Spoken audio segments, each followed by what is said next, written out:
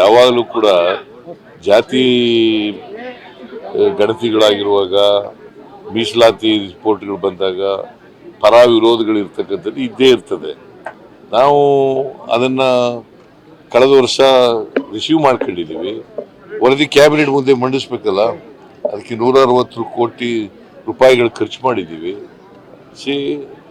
ಅದಕ್ಕೆ ನೋಡೋಣ, ಕ್ಯಾಬಿನೆಟ್ನಲ್ಲಿ ಚರ್ಚೆ ಆಗಲಿ, ಕ್ಯಾಬಿನೆಟ್ನಲ್ಲಿ ಏನು ತೀರ್ಮಾನ ಆಗುತ್ತೆ ನೋಡೋಣ. ಜೆಡಿಎಸ್ ಮತ್ತೆ ಕೆಲವು ಬಿಜೆಪಿ ಶಾಸಕರು ಬರ್ತಾರೆ ಸಂಕ್ರಾಂತಿ ನಂತರ ಅಂತ MP ಪಾಟೀಲ್ ಅವರು ಹೇಳಿದ್ದಾರೆ. ಯಾವಾಗಲೂ ಕೂಡ ಜಾತಿ ಗಣತಿಗಳಾಗಿರುವಾಗ ಮೀಸಲಾತಿ ರಿಪೋರ್ಟ್ಗಳು ಬಂದಾಗ ಪರ ವಿರೋಧಗಳು ಇರ್ತಕ್ಕಂಥದ್ದು ಇದ್ದೇ ಇರ್ತದೆ.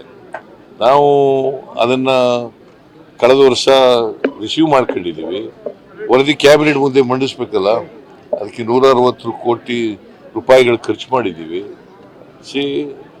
ಅದಕ್ಕೆ ನೋಡೋಣ, ಕ್ಯಾಬಿನೆಟ್ನಲ್ಲಿ ಚರ್ಚೆ ಆಗಲಿ, ಕ್ಯಾಬಿನೆಟ್ನಲ್ಲಿ ಏನು ತೀರ್ಮಾನ ಆಗುತ್ತೆ ನೋಡೋಣ. ಜೆಡಿಎಸ್ ಮತ್ತೆ ಕೆಲವು ಬಿಜೆಪಿ ಶಾಸಕರು ಬರ್ತಾರೆ ಸಂಕ್ರಾಂತಿ ನಂತರ ಅಂತ MP ಪಾಟೀಲ್ ಅವರು ಹೇಳಿದ್ದಾರೆ.